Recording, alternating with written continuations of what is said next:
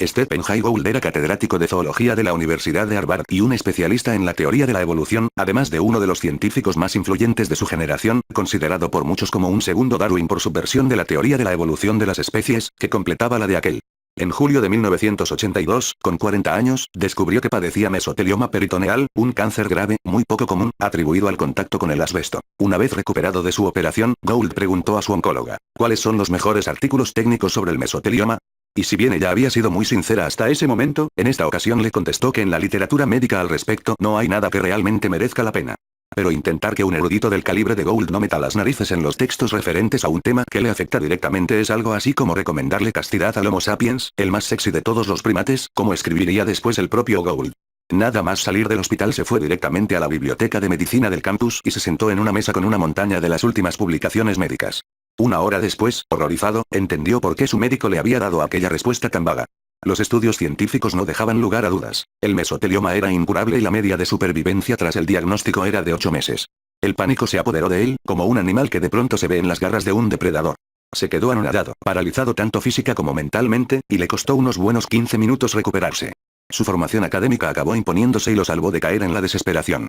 Al fin y al cabo, se había pasado la vida estudiando y cuantificando fenómenos naturales. Si una lección había que aprender de ello, era que no existe en la naturaleza ninguna regla fija que se aplique a todo del mismo modo. Que la variedad es la esencia misma de la naturaleza. Que la mediana es una abstracción, una ley que la mente humana trata de imponer a la variada profusión de casos individuales. Para el Gould individuo, distinto del resto de individuos, la cuestión era qué lugar ocupaba él en el espectro de variaciones existente por encima y por debajo de la mediana. El hecho de que la media de supervivencia fuese de 8 meses, reflexionó Gould, significaba que la mitad de los enfermos de mesotelioma vivía menos de 8 meses. Por lo tanto, la otra mitad vivía más de 8 meses. ¿A cuál de las dos mitades pertenecía él? Era joven, no fumaba, tenía buena salud, salvo por este cáncer, le habían diagnosticado la enfermedad en fase incipiente y tenía a su alcance el mejor tratamiento posible. Así pues, Gould concluyó aliviado que tenía motivos suficientes para considerarse dentro de la mitad con mejores perspectivas de supervivencia. Hasta ahí, muy bien. Entonces cayó en la cuenta de otro aspecto, más importante. Todos los gráficos que detallan el período de supervivencia de cada individuo, llamados precisamente curvas de supervivencia, tienen la misma forma asimétrica. Por sistema, la mitad de los casos se acumulan en la sección izquierda de la curva, entre el mes 0 y el octavo mes. Pero la otra mitad, en el lado derecho, se extiende naturalmente más allá del punto de los 8 meses, de modo que la curva, la distribución, que sería el término empleado en estadística, presenta siempre una larga cola que se alarga un tiempo considerable. Gould se lanzó entonces a buscar como loco en las revistas especializadas alguna curva completa de supervivencia referente a enfermos de mesotelioma. Cuando finalmente encontró una, vio que la cola de distribución se alargaba varios años. Así pues, aunque la media fuese de solo 8 meses, en la punta de la cola había una pequeña cantidad de personas que vivían años con esta enfermedad. Gould suspiró aliviado. No había motivos para pensar que él no podía estar en el extremo de aquella larga cola. Ilustración 1.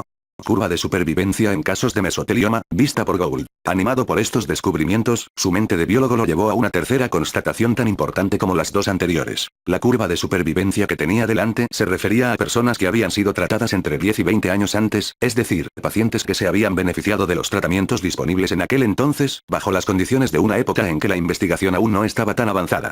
En un ámbito como el de la oncología hay dos elementos que cambian constantemente, el tratamiento convencional y nuestros conocimientos de lo que cada uno puede hacer para potenciar en su caso particular el efecto de dicho tratamiento.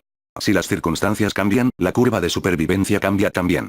Quizá con el nuevo tratamiento que Gould iba a seguir, y con un poquito de suerte, podría encontrarse en una nueva curva de supervivencia caracterizada por tener una mediana más elevada y una cola más larga, una cola que se alargaría mucho, muchísimo, hasta la edad de muerte natural por avanzada edad 2.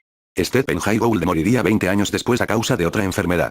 Le dio tiempo a recorrer un largo camino, una de las carreras científicas más admirables de su época. 2 meses antes de morir pudo ver publicada su magna obra, La estructura de la teoría de la evolución. Había vivido 30 veces más de lo que los oncólogos habían predicho. La lección que nos enseña este gran biólogo es muy sencilla. Las estadísticas son mera información, no una condena.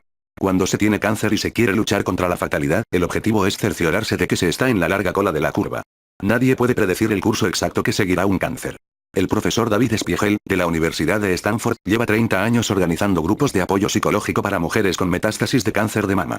En una ponencia leída en Harvard ante un público compuesto por oncólogos, y publicada en New England Journal of Medicine, Spiegel explica su desasosiego. El cáncer es una enfermedad desconcertante. Tenemos pacientes que habían sufrido metástasis en el cerebro, nota del autor. Un efecto a menudo nefasto del cáncer de mama hace 8 años y que ahora están perfectamente. ¿Por qué? No lo sabe nadie.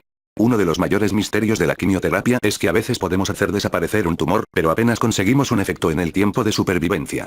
sigue siendo muy difícil desentrañar el vínculo entre la resistencia somática y el avance de la enfermedad, incluso desde un punto de vista puramente oncológico. 1. Todos hemos oído hablar de curaciones milagrosas, de gente a la que no le quedaban más que 2 meses de vida y que han sobrevivido años, décadas incluso. No olviden que se trata de casos muy raros, se nos advierte.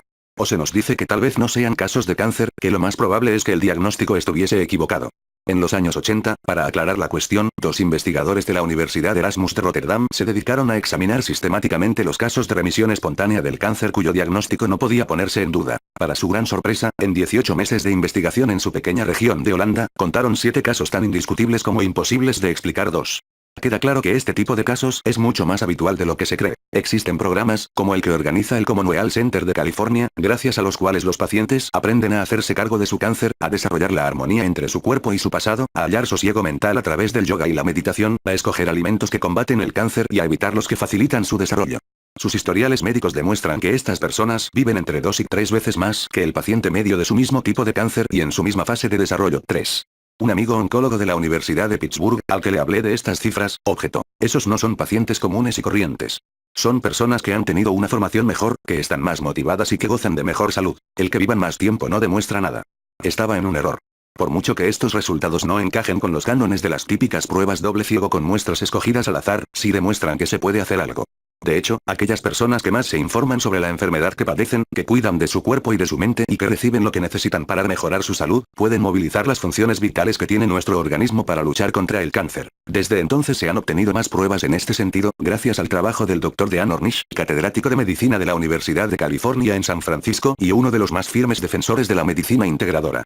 En 2005 Ornish publicó los resultados de un estudio sin precedentes en oncología. 93 varones con cáncer de próstata en fase inicial, con diagnóstico confirmado mediante biopsia, habían escogido, bajo supervisión de su oncólogo, no someterse a cirugía y dejar que únicamente vigilasen el estado del tumor. Para ello, se va midiendo a intervalos regulares el nivel en sangre del antígeno específico prostático, SA en sus siglas en inglés, que es un antígeno secretado por el tumor. Si aumenta el SA, quiere decir que las células cancerosas se están multiplicando y que el tumor crece. Al haber rechazado todo tratamiento médico convencional durante este periodo de observación, se pudo evaluar los beneficios del enfoque natural en este grupo de hombres. Se formaron 2 subgrupos de pacientes, echándolo a suertes para que desde el principio fueran estrictamente comparables. El grupo de control siguió sometido a vigilancia con estos controles periódicos de SA, mientras que para el otro grupo el Dr. Ornish estableció un programa completo de salud física y mental. Durante un año entero estos hombres siguieron un régimen vegetariano con complementos, de las vitaminas antioxidantes E y C, más selenio y 1 gramo de ácidos grasos omega, 3 al día, ejercicio físico, paseos de 30 minutos, 6 días a la semana, cursos de control del estrés, movimientos de yoga, ejercicios de respiración, visualizaciones y relajación progresiva, y la asistencia, 1 hora a la semana, a un grupo de apoyo integrado por otros pacientes que estaban siguiendo el mismo programa. Esto equivalía a un cambio radical en su estilo de vida, sobre todo para ejecutivos estresados o para cabezas de familia cargados de responsabilidades. Eran unos métodos considerados descabellados, irracionales o basados en la mera superstición. Pero 12 meses después los resultados no dejaban lugar a dudas. De los 49 pacientes que no habían modificado su estilo de vida y que se habían limitado a controles periódicos de la evolución de su enfermedad, 6 vieron empeorar su cáncer y tuvieron que pasar por quirófano para que les extirparan la próstata, y continuar después con quimioterapia y radioterapia. Por el contrario, ninguno de los 41 pacientes que habían seguido el programa de salud física y mental necesitaron recurrir a esos tratamientos. En el primer grupo el nivel de SA, que mide el crecimiento del tumor, había ascendido una media del 6%, dejando al margen a los hombres que habían tenido que abandonar el estudio debido al empeoramiento de su enfermedad. Sus niveles de SA eran aún más preocupantes y habrían incrementado enormemente ese porcentaje. La evolución de este primer grupo indicaba que los tumores estaban creciendo, lenta pero firmemente. En cuanto al segundo grupo, el compuesto por los varones que sí habían modificado su estilo de vida, el SA había descendido una media del 4%, indicando una regresión de los tumores de la mayoría de los pacientes. Pero lo más impresionante de todo fue el efecto que tuvo este método en el organismo de los hombres cuyo estilo de vida había cambiado. En presencia de células cancerosas típicas de la próstata, células de la línea LNCAP, que se usa para analizar diferentes agentes de la quimioterapia, su sangre tenía 7 veces más capacidad para inhibir el crecimiento de las células cancerosas que la sangre de los hombres que no habían modificado nada su estilo de vida. Ilustración 2.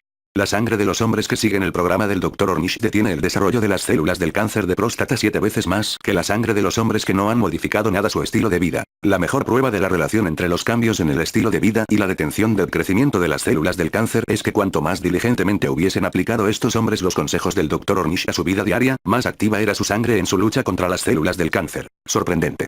Ilustración 3. Cuanto más rigurosamente se sigue el programa de salud física y mental, más capaz es la sangre de los pacientes de inhibir el crecimiento de las células del cáncer de próstata. En pocas palabras, las estadísticas sobre el cáncer que se nos dan a conocer no diferencian entre personas que se conforman con aceptar pasivamente el veredicto médico y aquellas que movilizan sus propias defensas naturales. En la misma mediana se mezclan los que siguen fumando, los que siguen exponiéndose a otras sustancias carcinogénicas, los que siguen alimentándose con la típica alimentación occidental, que es un fertilizante para el cáncer, como veremos más adelante, los que siguen saboteando sus propias defensas, estresándose en exceso y descontrolando sus sentimientos y emociones, o los que se abandonan y privan a su cuerpo del ejercicio físico. Y dentro de esa misma media están los que viven muchos más años, probablemente debido, además de a los beneficios de los tratamientos convencionales a los que se someten, a que de alguna manera han galvanizado sus defensas naturales. Son personas que han hallado la armonía en este sencillo cuarteto: desintoxicación de sustancias carcinogénicas, alimentación anticáncer, adecuada actividad física y búsqueda de la paz emocional. No existe ningún método natural que cure el cáncer. Pero tampoco hay una fatalidad inherente. Igual que Stephen Jay Gould, nosotros podemos poner las estadísticas en perspectiva y aspirar a formar parte de la larga cola del lado derecho de la curva. Y no hay mejor camino para conseguirlo que aprender a utilizar los recursos de nuestro cuerpo para vivir una vida más rica y más larga. No todo el mundo sigue esta vía por una decisión consciente. A veces la propia enfermedad nos lleva a ese punto. En chino el concepto crisis se escribe mezclado los caracteres de peligro y oportunidad.